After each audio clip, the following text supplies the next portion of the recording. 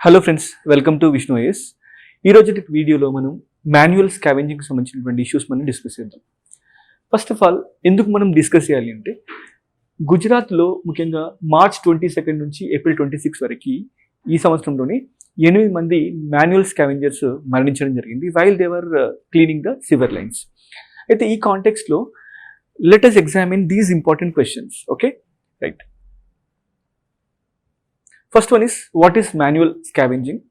Second one, what is the act prohibits? అంటే దాని వెనకాల ఉన్నటువంటి చట్టం ఏంటి, దాన్ని ప్రొహిబిట్ చేసేటువంటి చట్టం ఏంటి? What are the initiatives and schemes launched by the government? Namaste scheme అంటే ఏంటి? తర్వాత మిగతా స్కీమ్స్ అనేటువంటి స్వచ్ఛత అభియాన్, ఓకే, స్వచ్ఛత ఉద్యమ యోజన, ఇలాంటి స్కీమ్స్ ఏంటి అనేటువంటి విషయం పైన మనం డిస్కస్ చేద్దాం. ఇక్కడ మనం చూస్తే మాన్యువల్ స్కావెంజింగ్ అంటే the practice of manual cleaning of sewer lines without using any sort of protective gear. అంటే ఎలాంటి ఉపకరణాలు కానీ ఎలాంటి ప్రొటెక్టివ్ గేర్ని యూజ్ చేసుకోకుండా డైరెక్ట్గా సీవేజ్ని హ్యాండిల్ చేసేటువంటి విధానాన్ని ఏమంటారు? మాన్యువల్ స్కావెంజింగ్ అంటారు. ఓకే, అయితే ఈ మాన్యువల్ స్కావెంజింగ్ అనేది మన దేశంలో హ్యూమన్ రైట్ లాస్ని అన్నింటినీ కూడా వైలేట్ చేస్తున్నటువంటి విషయంగా మనం అబ్జర్వ్ చేయొచ్చు. ఎందుకంటే ఈ మాన్యువల్ స్కావెంజింగ్ అనేది రెండు ఇంపార్టెంట్ విషయాల ద్వారా మనం బ్యాన్ చేసాం. ఒకటి ఏంటంటే, సమాజంలో ఎవరైతే అట్టడుగు వర్గాలు ఉంటారో వాళ్ళు మాత్రమే ఈ మాన్యువల్ స్కావెంజింగ్లో ఉండడం, ట్రెడిషనల్గా వాళ్ళని అన్టచబుల్స్గా భావించడం. అండ్ రెండవ విషయం ఏంటంటే, ఈ సీవరేజ్ని అంటే ఈ సీవేజ్ని కానీ వేస్ట్ని కానీ డైరెక్ట్గా హ్యాండిల్ చేయడం ద్వారా చాలా కమ్యూనికేబుల్ డిసీజెస్ కూడా వాళ్ళని ఇన్ఫ్లిక్ట్ చేసేటువంటి అవకాశం ఉంది. సో అందువల్ల we have ban this manual scavenging in the country.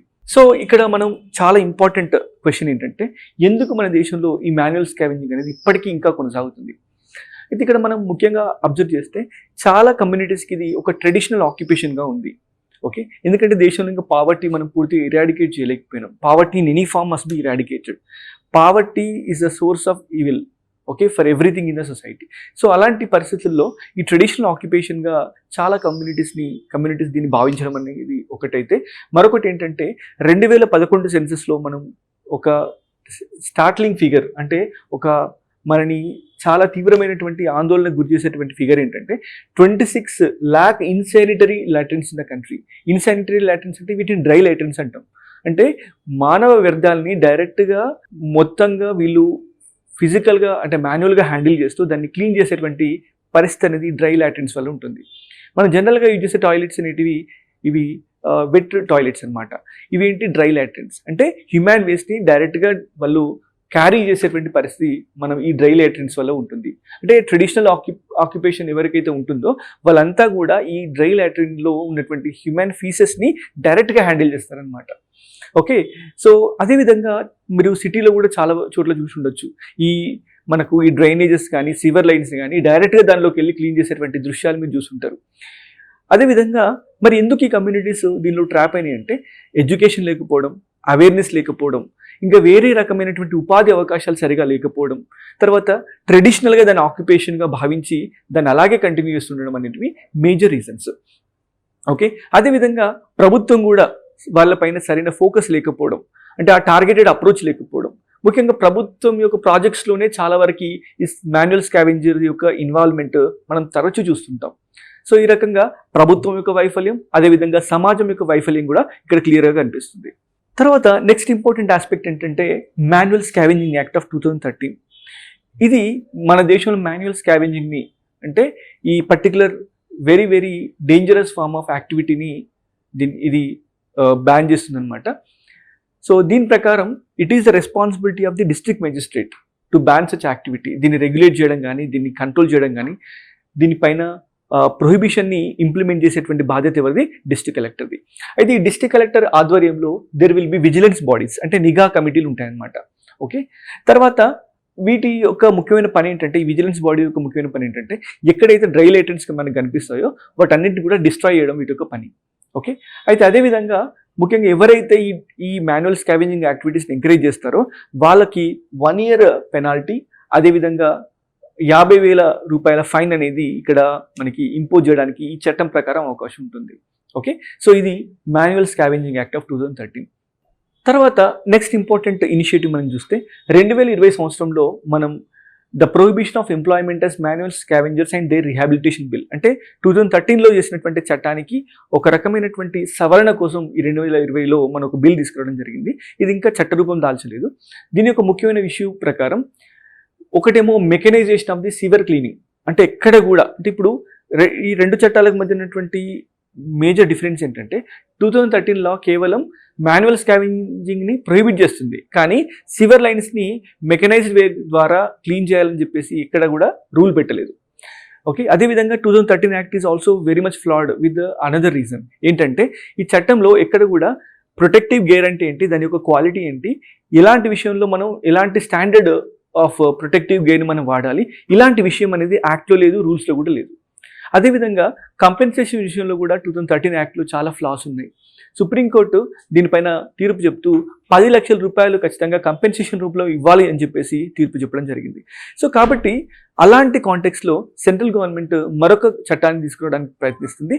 దీని ప్రకారం ఇక మాన్యువల్ స్కావెంజింగ్ని పూర్తిగా రూపుమాపాలంటే అసలు మాన్యువల్ స్కావెంజింగ్ సోర్స్ని మనం స్ట్రైక్ చేయాల్సినటువంటి అవసరం ఉంది. అందుకోసమని ఒక ఫస్ట్ ఇనిషియేటివ్గా పూర్తి స్థాయిలో మెకనైజేషన్ని చేయాలని చెప్పేసి, అంటే యాంత్రీకరణ చేయాలని చెప్పేసి ఈ చట్టం అని చెప్తుంది. అదేవిధంగా కంపెన్సేషన్, ముఖ్యంగా కంపెన్సేషన్ కూడా it must be adequate. Okay, అదేవిధంగా it will also be amendment to the prohibition of employment as manual scavengers. And ఇందాక చెప్పినట్టుగా 2013 చట్టానికి ఇది సవరణగా మనం భావించవచ్చు. అయితే ఇక్కడ మనం next important question we are going to understand is what is Namaste scheme. ఇది చాలా చాలా ముఖ్యమైన స్కీము, ఎందుకంటే ఇది 2022 సంవత్సరంలోనే లాంచ్ అయింది, కాబట్టి ఎగ్జామినేషన్లో ప్రముఖంగా అడగడానికి అవకాశం ఉంది. సో దీని యొక్క ముఖ్యమైన ఉద్దేశం ప్రకారం యాక్చువల్గా మనం first of all who launch this scheme అంటే ఇది ministry of housing and urban affairs అంటే పట్టణాభివృద్ధి శాఖ, అదేవిధంగా ministry of social justice and empowerment, వీళ్ళ యొక్క సంయుక్తమైనటువంటి కంట్రిబ్యూషన్ ద్వారా వచ్చినటువంటి స్కీమ్. దీని ప్రకారం జీరో ఫెటాలిటీస్ అంటే ఎక్కడ కూడా మరణాలని నమోదవద్దు, ముఖ్యంగా మాన్యువల్ స్కావెంజింగ్ మూలన ఇండియాలో. అదేవిధంగా ఈ శానిటేషన్ వర్క్ని కేవలం నైపుణ్యం ఉన్నటువంటి కార్మికుల ద్వారానే చేసే విధంగా ఈ పర్టికులర్ స్కీమ్ని లాంచ్ చేయడం జరిగింది. No sanitation workers come in direct contact with the human faecal matter. అంటే మానవ వ్యర్థాలతో డైరెక్ట్గా కాంటాక్ట్ వచ్చేటువంటి పరిస్థితి ఉండద్దు. They must be having the protective gear. తర్వాత ఇది ఇంకా చాలా చాలా ముఖ్యమైన విషయం, ఈ యొక్క స్కీమ్ ప్రకారం సెల్ఫ్ హెల్ప్ గ్రూప్స్ని మొబిలైజ్ చేస్తాం. అంటే సెల్ఫ్ హెల్ప్ గ్రూప్స్ అంటే స్వయం సహాయక సంఘాలు. సో వీళ్ళలో మనం ముఖ్యంగా చూస్తే ఈ శానిటేషన్ ఎంటర్ప్రైజెస్, ఇక్కడ మనం చాలా ముఖ్యమైన విషయం ఏంటంటే శానిటేషన్ ఎంటర్ప్రైజెస్ అంటే శానిటేషన్ని మనం ఒక ఎంటర్ప్రైజింగ్ యాక్టివిటీస్గా మనం ప్రమోట్ చేసినప్పుడు ఆటోమేటిక్గా మెకనైజేషన్ జరుగుతుంది, ఒక ఫార్మల్ షేప్ అనేది ఈ శానిటేషన్ ఇండస్ట్రీకి రావడానికి అవకాశం ఉంది. ఓకే, సో ఇది ఒక ఇంపార్టెంట్ థింగ్. తర్వాత నేషనల్ లెవెల్లో మరియు స్టేట్ లెవెల్లో, అర్బన్ లెవెల్లో ఒక మానిటరింగ్ సిస్టమ్ని కూడా ఏర్పాటు చేయడం ఈ యొక్క స్కీమ్ యొక్క ముఖ్యమైన ఉద్దేశం. అదేవిధంగా అవేర్నెస్, ఇది చాలా చాలా ముఖ్యం. సో ఈ రకంగా ఈ నమస్తే స్కీమ్ అనేది ఈ శానిటేషన్ అండ్ మాన్యువల్ స్కావెంజింగ్కి సంబంధించిన ఇష్యూస్ని అడ్రస్ చేయడానికి ఉపయోగపడుతుంది. నెక్స్ట్ ఇంపార్టెంట్ స్కీమ్ ఏంటంటే స్వచ్ఛత అభియాన్ యాప్. దీని యొక్క ప్రకారం దీని యొక్క మేజర్ ఇంటెన్షన్ ఏంటంటే identify and geotag the data of insanitary latrines. ఎక్కడైతే డ్రై లాట్రిన్స్ ఉంటాయో వాటిని కూడా ఐడెంటిఫై చేసి వాటిని డిస్ట్రాయ్ చేయడం. ఓకే, సో డిస్ట్రాయ్ చేయాలంటే ఫస్ట్ ఆఫ్ ఆల్ మనం ఏం చేయాలి, ట్యాగ్ చేయాలి, so that you will be having a proper information where there are dry latrines. Okay, so ఇలాంటి ఇష్యూస్ పైన మనం క్లియర్గా ఫోకస్ చేసుకోవచ్చు అనమాట. ఎక్కడైతే డ్రై లాట్రిన్స్ ఉంటాయో అక్కడ మాన్యువల్ స్కావెంజింగ్ యాక్టివిటీ ఉంటుంది. సో అలాంటప్పుడు డ్రై లాట్రిన్స్ యొక్క డేటా ఉన్నప్పుడు మాన్యువల్ స్కావెంజింగ్ కూడా మనం ప్రివెంట్ చేయడానికి అవకాశం ఉంది. సో ఇది స్వచ్ఛత అభియాన్ యాప్. తర్వాత సఫాయి మిత్ర సురక్ష ఛాలెంజ్. దీని యొక్క విషయం ఏంటంటే ministry of housing and urban affairs దీన్ని వరల్డ్ టాయిలెట్ డే రోజు దీన్ని లాంచ్ చేయడం జరిగింది. దీని యొక్క ముఖ్యమైన ఉద్దేశం ఏంటంటే all states to make sewer cleaning mechanised by April 2021. So అంటే ఏప్రిల్ 2021 వరకు దేశంలో అన్ని సివర్ లైన్స్ కూడా మెకనైజేషన్ ద్వారా క్లీన్ అవ్వడానికి స్టేట్స్ ఏం చేయాలి, చర్యలు తీసుకోవాలి. ఓకే, ఒకవేళ ఏదైనా ఇంపార్టెంట్ ఒక ఎమర్జెన్సీలో ఎవరైనా సివర్ లైన్లోకి ఎంటర్ అవ్వాలంటే ఖచ్చితంగా వాళ్ళు ప్రొటెక్టివ్ గేర్ కానీ అదేవిధంగా సేఫ్టీ ఎక్విప్మెంట్ కానీ క్యారీ చేయాల్సినటువంటి అవసరం ఉంటుందని చెప్పేసి ఈ పర్టికులర్ యొక్క ఇనిషియేటివ్ యొక్క ముఖ్యమైన ఉద్దేశం. తర్వాత స్వచ్ఛత ఉద్యమి యోజన. ఈ స్వచ్ఛత ఉద్యమి యోజన యొక్క ముఖ్యమైన ఉద్దేశం ఏంటంటే providing concessional loan for viable community toilet projects. అంటే ఈ సఫాయి కర్మచారి కమ్యూనిటీస్, ఈ డౌన్ ట్రోడెన్ కమ్యూనిటీస్ ఎవరైనా ఈ పర్టికులర్ స్కీమ్ ప్రకారం they can start a very important initiative of constructing community toilets. దీనికి సంబంధించినటువంటి ఫినాన్షియల్ అసిస్టెన్స్ అనేది ఈ పర్టికులర్ స్కీమ్ ద్వారా అందజేయడం జరుగుతుంది. ఓకే, ఈ ఇంట్రెస్ట్ రేట్ చూస్తే it would be 4% per annum. So ఈ రకంగా కన్సెషనల్ ఇంట్రెస్ట్ రేట్ ద్వారా we are promoting the cleanliness at the same time the enterprising activity among the downtrodden sections. తర్వాత ఇది చాలా చాలా ముఖ్యమైనటువంటి అంశం, ఇది national commission for Safai Karmacharis. యాక్చువల్గా ఈ particular national commission for Safai Karmacharis ఇదివరకు 1994లో మనం కన్స్టిట్యూట్ చేసినప్పుడు ఇది స్టాట్యూటరీ బాడీ. కానీ 2004 వరకు అది స్టాట్యూటరీ బాడీ. ఆ తర్వాత యాక్ట్ ఎక్స్పైర్ అవ్వడం వల్ల now it is no more a statutory body, it is just an executive body. మీకు తెలుసు స్టాట్యూటరీ బాడీకి ఎగ్జిక్యూటివ్ బాడీకి ఉన్నటువంటి డిఫరెన్స్. స్టాట్యూటరీ బాడీ అంటే ఒక చట్టం ద్వారా ఏర్పడినటువంటి బాడీ. అదేవిధంగా ఎగ్జిక్యూటివ్ బాడీ అంటే it is created by the government. So రెండిట్లో దేనికి ఎక్కువ అటానమీ ఉంటుంది? Statutory body will be enjoying more autonomy than the executive body. ఎందుకంటే statutory body must be considered to be the creature of the legislature. So ఆ రకంగా that will be able to promote the cause of the Safai Karamcharis. So కానీ ఇది ఇప్పటికీ మనకి executive బాడీగానే ఉంది.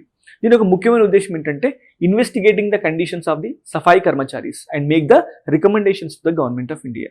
అంటే ఈ రకంగా వాళ్ళ యొక్క పరిస్థితులపైన సమగ్రమైనటువంటి పరిశోధన చేపట్టి వాళ్ళకు సంబంధించినటువంటి ఎలాంటి స్కీమ్స్, ఎలాంటి ఇనిషియేటివ్స్ మనం తీసుకోవాలి అనేటువంటి విషయం పైన ఈ నేషనల్ కమిషన్ ఫర్ సఫాయి కర్మచారీస్ అనేది సిఫార్సులు అనేటివి సెంట్రల్ గవర్నమెంట్కి ఇస్తుంది.